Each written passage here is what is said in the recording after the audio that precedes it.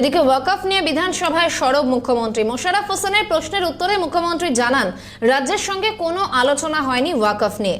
ওয়াকফ আইনে পরিণত হলে ওয়াকফ ব্যবস্থা ধ্বংস হবে। 2024 সালে বিলে আলোচনার দরকার ছিল, আমাদের সঙ্গে আলোচনা করা হয়নি, এমনটাই বলেছেন তিনি। এবং সাংসদরা প্রতিবাদ করেছিলেন, আমাদের সাংসদরা প্রতিবাদ করেছিলেন।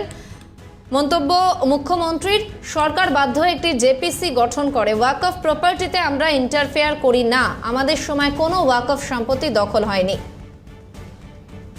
ওয়াকফ নিয়ে বিধানসভায় সরব মুখ্যমন্ত্রী। এবং মোশাররফ হোসেনের প্রশ্নের উত্তরে মুখ্যমন্ত্রী জানান, রাজ্যের সঙ্গে কোনো প্রকার আলোচনা হয়নি ওয়াকফ নিয়ে। ওয়াকফ আইনে পরিণত হলে ওয়াকফ ব্যবস্থা ধ্বংস হবে, এমনটাই বলেছেন মুখ্যমন্ত্রী।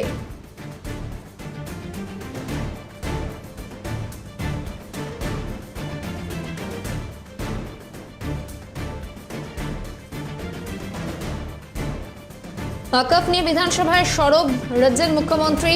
মোশাররফ হোসেনের প্রশ্নের উত্তরে মুখ্যমন্ত্রী জানান, রাজ্যের সঙ্গে এ বিষয়ে কোনো আলোচনা হয়নি। ওয়াকফ আইনে পরিণত হলে ওয়াকফ ব্যবস্থা ধ্বংস হবে, এমনটাই মন্তব্য মুখ্যমন্ত্রীর। পাশাপাশি 2024 সালে বিলে আলোচনার দরকার ছিল এবং তাদের সঙ্গে আলোচনা করা হয়নি, মন্তব্য তাঁর।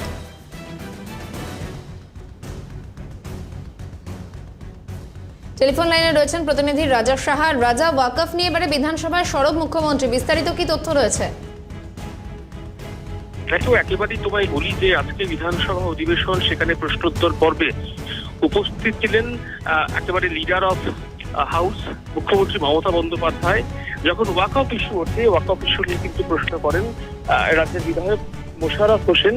এবং সেই প্রসঙ্গে কিন্তু মুখ্যমন্ত্রী মমতা বন্দ্যোপাধ্যায় তিনি বলেন যে কেন্দ্রীয় সরকার যখন ওয়াকফ বিলটি আনেন, তখন কিন্তু কোনো রাজ্যের কোনো রকম সরকারের সঙ্গে কোনো রকম আলোচনা করেননি, যেটা ছিল একান্তভাবে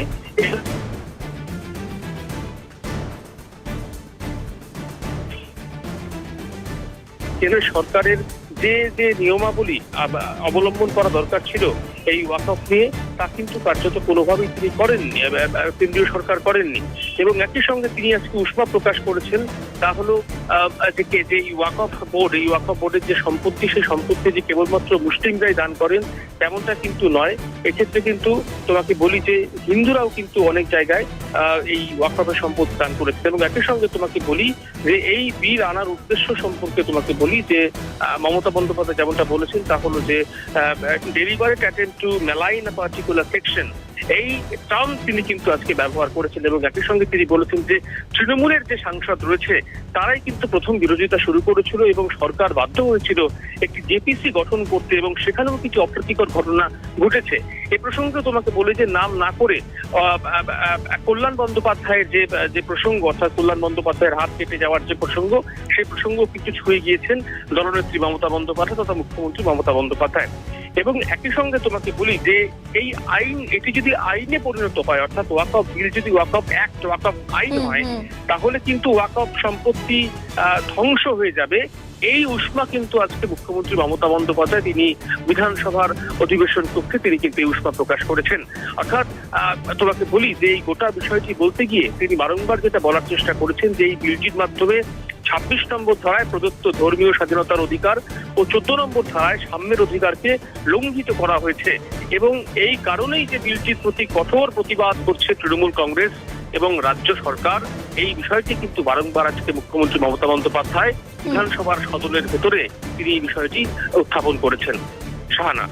বেশ রাজা, তুমি সঙ্গে থাকো। অর্থাৎ ওয়াকফ নিয়ে বিধানসভায় সরব হয়েছেন রাজ্যের মুখ্যমন্ত্রী এবং সেখানে তিনি জানিয়েছেন রাজ্যের সঙ্গে কোনো আলোচনা হয়নি ওয়াকফ নিয়ে, এবং ওয়াকফ আইনে পরিণত হলে ওয়াকফ ব্যবস্থা ধ্বংস হবে, এমনটাই জানিয়েছেন তিনি।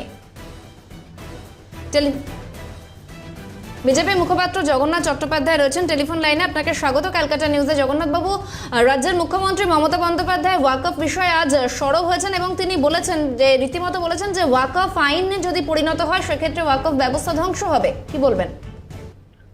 ওয়াকফ ব্যবস্থা ধ্বংস করার জন্য নয়, ওয়াকফ ব্যবস্থায় সংস্কার আনার জন্য এই আইন আনা হয়েছে।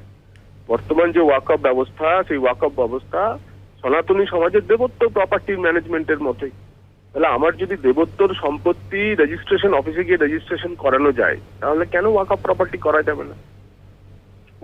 মানে ওয়াকফে আওলাদ এন্ড ওয়াকফে ইল্লা, এই দুই ধরনের প্রপার্টি প্রপার ম্যানেজমেন্টের জন্য আজকে ভারতবর্ষে প্রায় 9,20,000 কোটি টাকার 9,20,000টি প্রপার্টি, পশ্চিমবঙ্গের প্রায় 80,000 প্রপার্টি এরকম রয়েছে যার কোনো হিসেব নেই।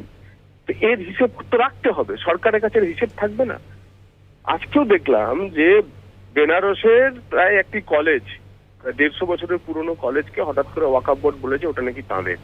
পশ্চিমবঙ্গে রাজভবন থেকে শুরু করে ইডেন গার্ডেন্স থেকে শুরু করে সমস্ত প্রাইম প্রপার্টি ওয়াকফের মুত্তাওয়ালিরা বলে তাদের প্রপার্টি। এসব হাস্যকর দাবি তো সরকারের পক্ষে মেনে নেওয়া সম্ভব নয়। তার জন্য একটি প্রতিষ্ঠিত ব্যবস্থা প্রয়োজন। সেই ব্যবস্থার জন্যই ওয়াকফ আইনের সংস্কার করা হচ্ছে। সেই ওয়াকফ আইনের সংস্কার জরুরি। মগের মুলুক তো ভারতবর্ষে এখন আর চলবে না, অন্তত পক্ষে নরেন্দ্র মোদীর আমলে। আর গেল রাজ্যের সঙ্গে আলোচনার বিষয়। সংসদে কোনো বিল পাস হওয়ার পর সেই বিলের প্রতিলিপি, এটা সংসদীয় ধারা, সংসদীয় রীতি। মমতা বন্দ্যোপাধ্যায়ের সরকার না এ ধরনের কোনো রীতি মানেন, এবং রীতি না মানতে মানতে এমন অবস্থা হয়েছে যে আমাদের যে চলতি ধারাগুলি আছে সে সম্পর্কে তাদের ধারণাগুলিও এবার মনে হয় তারা ভুলে যাচ্ছেন, অথবা অফিসাররা তাদের বলছেন না। তো এই বিলের কপি পাঠিয়ে প্রত্যেক রাজ্যের মতামত চাওয়া হয়। বেশ, ধন্যবাদ জগন্নাথ বাবু। এই মুহূর্তে টেলিফোন লাইনে রয়েছেন সিপিএম নেতা সুজন চক্রবর্তী। সুজন বাবু, আপনাকে স্বাগত ক্যালকাটা নিউজে। এবার মমতা বন্দ্যোপাধ্যায় ওয়াকফ নিয়ে বিধানসভায় রীতিমতো সরব হয়েছেন এবং তিনি বলেছেন রাজ্যের সঙ্গে এ বিষয়ে কোনো রকম আলোচনা হয়নি, আর ওয়াকফ আইনে পরিণত হলে সেক্ষেত্রে কিন্তু ওয়াকফ ব্যবস্থা ধ্বংস হবে। কি বলবেন?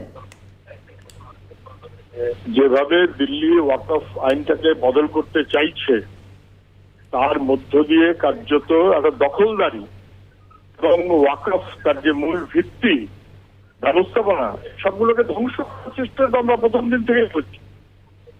একদমই ঠিক, এটা নিয়ে কোনো সন্দেহ নেই। এটা ঠিক যে ওয়াকফের সম্পত্তিতে দখলদারি করার মতন করে তৃণমূল যেমন চলে পশ্চিমবাংলায়, সেটা আমরা বিরোধিতা করি।